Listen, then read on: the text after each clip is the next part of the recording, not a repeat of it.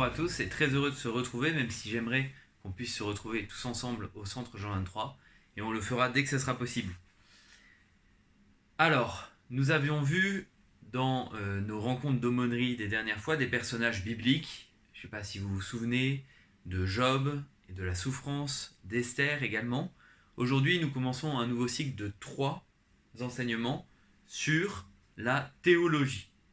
Alors, avec la théologie, on va entrer dans une nouvelle matière et on va parler de Dieu.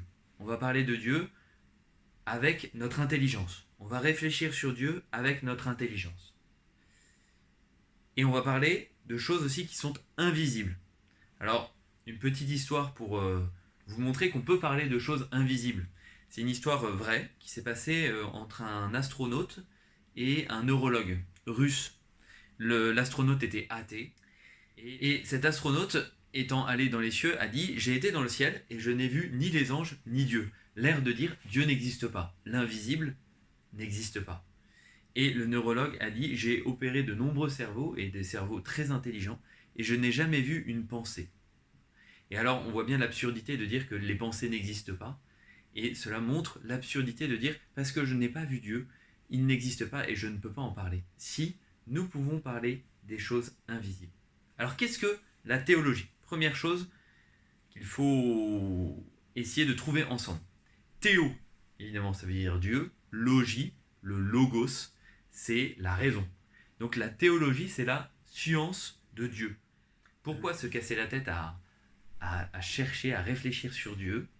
Parce que, ça c'est particulièrement important, une foi qui manque de raison, qui manque de réflexion, c'est déjà un manque de foi.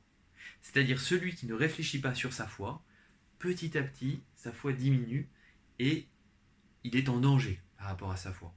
Si vous ne posez aucune question sur votre foi, ça veut dire que votre foi n'est pas très vivante. Nous devons réfléchir avec notre intelligence pour essayer d'approfondir notre foi et d'en comprendre de plus en plus le sens. Or vous êtes à un âge où justement vos intelligences commencent à s'épanouir, à devenir de plus en plus étoffées, fines. Il s'agit aussi de l'utiliser pour mieux comprendre votre foi. Si vous ne le faites pas, vous resterez à une foi d'enfant, à une foi enfantine, et finalement ça ne vous satisfera pas, et vous vous direz que ça ne peut pas être la vérité. Alors, sur quoi se base la théologie ? C'est sa grande particularité, c'est que la théologie se fonde sur la révélation. C'est-à-dire qu'elle se fonde sur ce que Dieu nous dit à travers 2 choses, l'écriture, alors ça c'est évident pour vous, la Bible, et la tradition. Qu'est-ce que c'est que la tradition ? Eh bien c'est ce qu'enseigne l'Église, assistée par l'Esprit Saint, depuis la mort du Christ, donc depuis 2000 ans. Des choses qui parfois ne sont pas écrites dans l'Écriture, mais qu'on a compris logiquement de ce qui était écrit dans l'Écriture. Et la théologie va essayer de comprendre qui est Dieu à partir de ces 2 sources, c'est-à-dire l'Écriture et la tradition. Alors, on peut aussi parler de Dieu sans la révélation. Alors, on quitte le domaine de la théologie et on est dans la philosophie. Le philosophe va essayer de comprendre si Dieu existe ou non grâce à ce qu'il observera du monde. Mais alors, cette méthode-là, cette science-là, la philosophie, est beaucoup moins sûre et beaucoup moins rapide. Beaucoup moins sûre parce qu'on peut faire beaucoup d'erreurs lorsque le contenu ne nous est pas donné directement par Dieu. On perd beaucoup de temps aussi à chercher Dieu alors que c'est lui qui se révèle en premier à nous.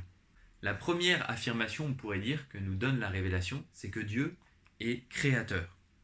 Et pour ça, je vais vous montrer une petite vidéo. Soyez bien attentifs à tout ce qui est dit dans cette vidéo. C'est parti. Au commencement, il n'y avait rien. Rien que le silence d'infinies ténèbres. Mais dans un frémissement face au vide, le souffle du Créateur murmura que la lumière soit. Et la lumière fut. Et la lumière était bonne, le premier jour. Et puis la lumière sans forme commença à prendre de la substance et une forme, un deuxième jour. Et notre monde était né. Notre fragile et magnifique demeure, une forte et chaude lumière nourrissait ses jours. Et une lumière plus faible régnait sur les nuits.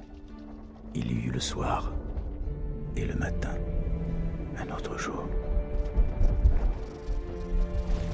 Et toutes les eaux du monde se rassemblèrent, et au milieu d'elles émergea la terre ferme. Un autre jour passa, et la terre fit sortir les choses qui poussent. Une épaisse couverture verte s'étendait sur toute la création, et les eaux aussi foisonnèrent de vie. Les grandes créatures des abysses qui ne sont plus, d'immenses multitudes de poissons dont certains nagent peut-être encore dans ces mers. Et bientôt, le ciel fut sillonné d'oiseaux. Et il y eut le soir, et il y eut le matin, un 5e jour. Le monde entier grouillait maintenant d'êtres vivants. Tout ce qui rampe, tout ce qui ondule, et toutes les bêtes qui marchent sur la terre. Et c'était bon, tout était bon. Il y avait la lumière, et l'air, et l'eau, et le sol.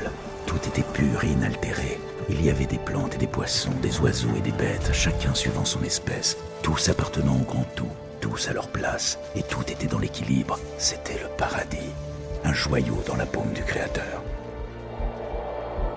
Alors le Créateur façonna l'homme, et à son côté la femme, notre père et notre mère à tous. À travers cette vidéo, vous avez pu revivre le récit de la Genèse, le récit dans la Bible qui raconte comment Dieu a créé le monde. Comment Dieu a créé le monde, ou plutôt pourquoi Dieu a créé le monde. Ça, c'est la grande question des scientifiques. En effet, vous avez sûrement eu cette contradiction qui vous a été dite, de dire la Bible ne raconte pas la vérité, la Bible se trompe, puisque la création en 7 jours, c'est impossible. Nous savons qu'il y a d'abord eu le Big Bang, qu'ensuite il y a eu le mouvement des planètes, qu'ensuite il y a eu les premiers êtres vivants, les végétaux, puis les animaux, et enfin l'homme, et ça s'est pas fait en 7 jours, mais en plusieurs dizaines de millions d'années. Est-ce que la Bible est vraiment en contradiction avec la science? À chaque fois que quelque chose est créé, il est dit juste après, et c'est dans la Bible, Dieu vit que cela était bon. Autrement dit, le récit de la Genèse ne cherche pas à nous faire comprendre comment Dieu a créé le monde, mais plutôt pourquoi Dieu a créé le monde.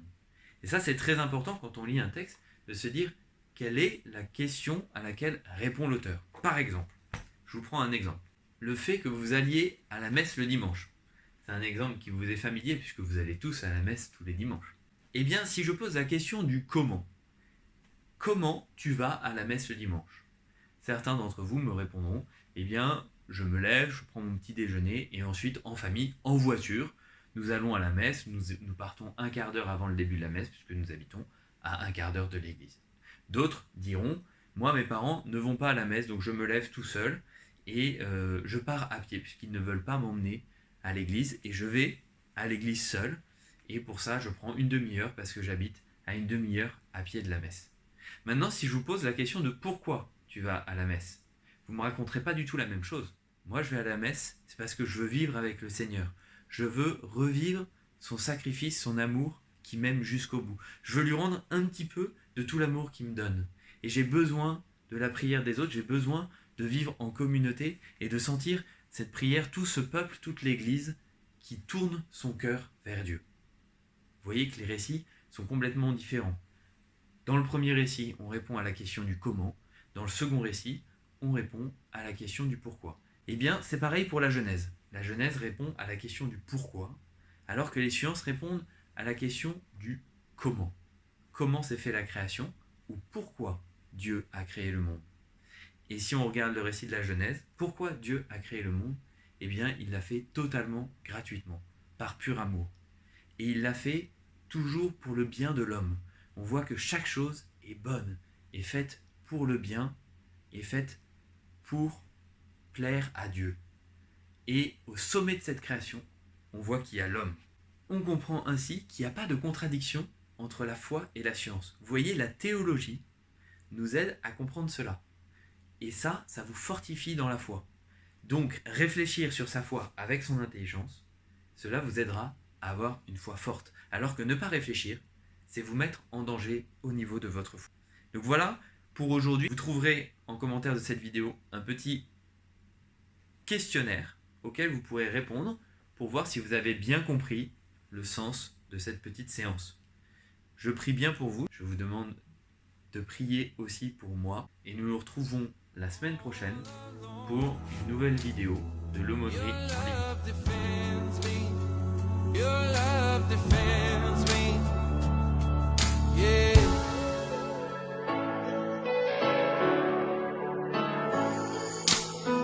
Day after day, night after night,